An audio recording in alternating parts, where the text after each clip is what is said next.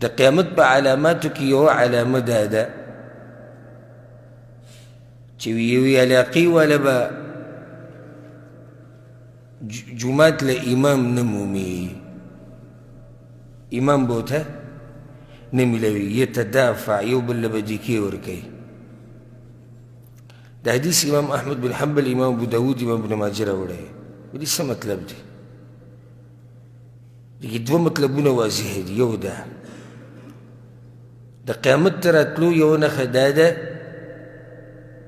چې یو جومات والا به یو بل له دیکې ورکوي خو امام به نه میلاویږي. د دې څه مطلب دی؟ یو بل له به دیکې ورکوي، یو به یو ته وایي ته مخکې شه، بل به بل ته وایي ته مخکې شه. دلیل دی پیغمبر صلی الله علیه وسلم وایي جهالت به دومره عام شي چې څوک به نه وي چې د قوم له امامتي ورکوي. خو دا نښه ښه واضحه ده او پښتنو کې بیا ښه واضحه ده. موږ چې کینو خپلو بیټکونو کې نو د دې علماو غریبانو داسې حشر وکړو په خبرو اترو کې چې تپوس یې مه کوه. مولوي صاحب نن دا وکړو، مولوي صاحب خو نن پلاني ګاډي کې ناست او مولوي صاحب خو نن تر دې چې په دې باندې یعنې مولوي صاحب نن خوراک وکړو، نن یې غوښه وخوړه، نن مې لیدلی وه قصابي ته ولاړ غوښه یې وړه. دا پیسې د کوم ځای نه راځي، دا شی د کوم ځای نه راځي، دا د کوم ځای راځي. او چې د امامتۍ وخت شي نو بیا دغه د نام نهاد مفتي کورنی مفتي بیا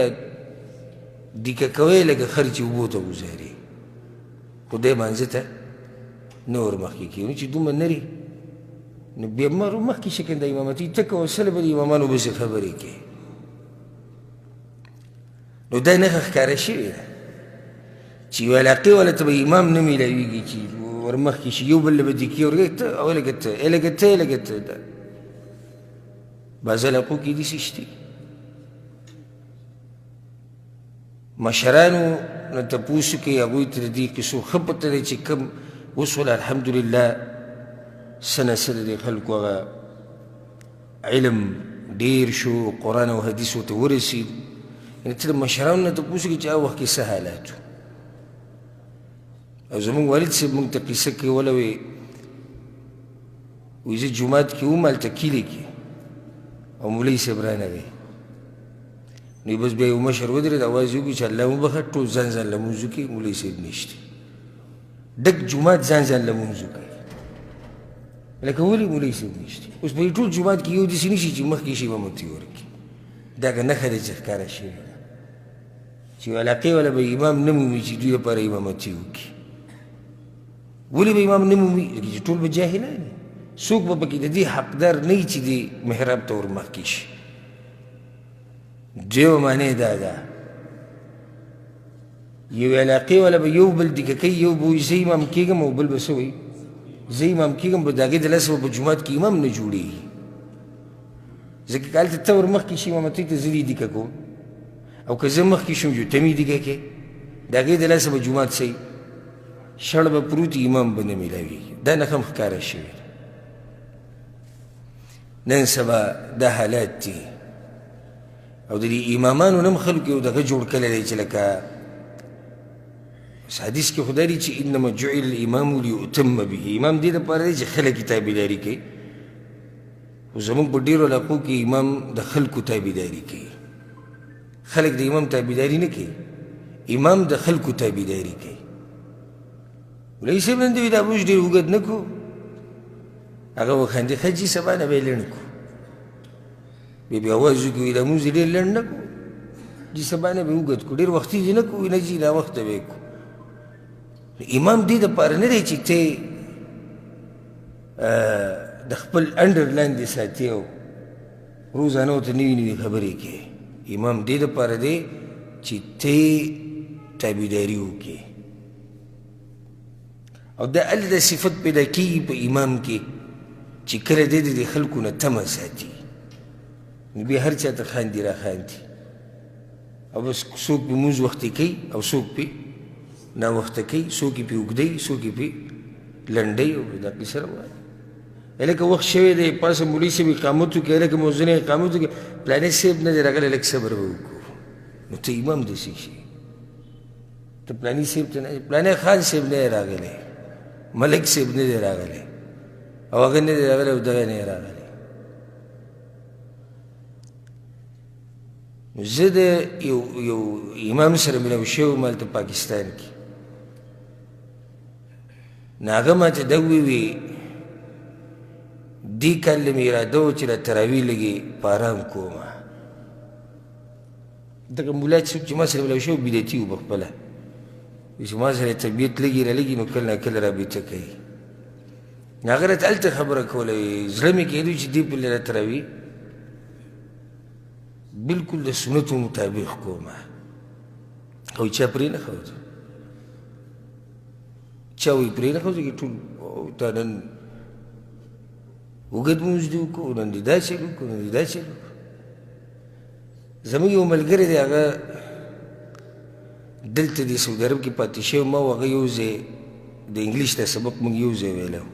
بیا هغه لاړ پاکستان ته هلته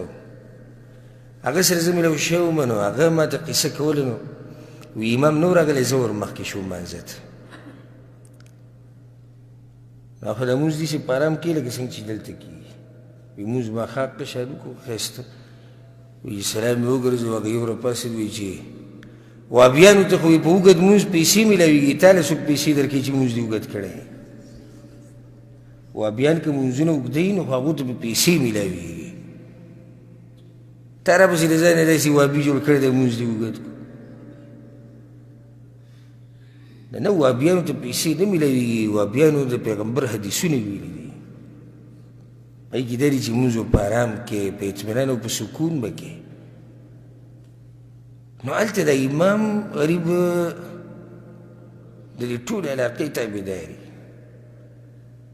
او کارونه پې هم کوي اکثر مولوي صاحب دا کار وکړو مولوي صاحب دغه کار وکړو مولوي صاحب دا کار نو الله دې داسې حالاتو نه موږ ساتي نو غلطي د طرفینو نه وي کله جومات والا ټول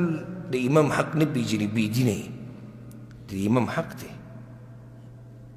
حدیثونه به راشي چې د امام هم حق دی او په دې امام باندې هم حق دی او دویم مسله په امامانو کې شي چې کله هغوی د خلکو نه ډېرې تمې ساتي او هر چا ته جي جان او ځان ذلیله کړي بیا یې دلای سم بیا غریب دغه شان ژوند تېروي ما خبره دې پورې راواغسته چې یو بل دیکه کوي خو امام به نه میلاوي ولې به نه میلاوي زه به امام او نه ته به امام او زه به امام یو بل به شکایتونه کوي د دې امامانو کې د قصې ولیدو نه حیران به شي نو خو خبره مې کوله یو الله مخې ته مسله راوسته د نږدې میاشتې ډکې دلته یو جماعت امام دی هم پاکستانی دی او مؤذن دی هم پاکستانی دی دا مؤذن په امام باندې شکایت کړی چې دی نه راځي د جومات نه ویستی او دا دلته د پیغمبر صلی الله علیه وسلم دا حدیث دی چې یو بل به دیکه کوي د جومات امام به نه میلاویږي دا چې یو بل دیکه کوي چې نه زه امام کوم زه امام کوم زه امام کوم پوه شه چې دوی د دې امامتۍ نه مزدوري جوړه کړې ده صرف دا غواړي بس که زه دې محراب کې ودرېږم ما ته به تنخوا میلاویږي ما ته به پیسې میلاویږي دې لپاره لیکي نو دواړه مطلبونه برابر دي که هر مطلب والي خو دا نښه ښکاره شوې ده یا به یو بل دیکه کوي څوک به نه مخکې کېږي ځکه چې ټول به جاهلان او یا به یو بل دیکه کوي یو به وایي زه امام کېږم بل وایي زه به امام کېږم جومات په شړ پروت وي امام به یې نه میلاویږي او جوماتونه شړ د دې لپاره سم پراته وي چې علاقې والا یې نه پرېږدي داسې داسې شرطونه کي ما یو وخت کې اعلان لیدلی و په انډیا کې یو جومات خالي و او د هغې لپاره امام پکار و نو هغه کس ډېر ناشنا اعلان لیکلی و هغه اعلان دا لیکلی شوی چې وایي زموږ امام پکار دی او چې د هغه اواز ښایسته وي علم ورسره چې د جمعې خطبه هم کوي او ډېره به غوره وي که د سعودي عرب د یونیورسټیانو نه فارغه وي ماښام کې به وړو ته سبق هم وایي مازدیګر کې به یو درس هم کوي بانګ به ورسره هم وایي او که چېرته جنازه نو زموږ جنازو له به هم ځي کوم ځای کې مړی وشي نو ختمونو له به هم ځي او دا یې اوږده قصه یې داسې لیکلې او تنخوا به ښه مزېدار میلاوي خفه کوو به یې نه 5,000 روپۍ به ورکوو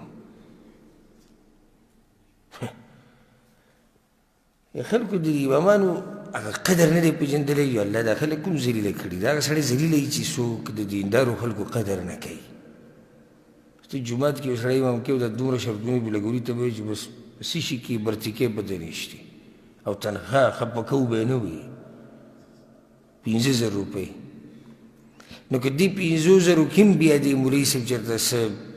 ډېره وخوړه یا ډېره واغوسته وي بیا هم نه معاف کوي هغې کې هم نه پرېږده غریب د مرۍ نه نیولی اوس دا زموږ په دې ملک کې ګوره خلک وایي پلانی شی ګران شو پلانی ګران شو پلانی ګران شو تبعید او دا د تنخواګانې ډېرې کړي او دا ډېرې کړي خو یو کس دا نه دی وایي چې د امامانو تنخواګانې ډېرې کړي یا د مؤذنینو څه حال دی نه مړه دا کوه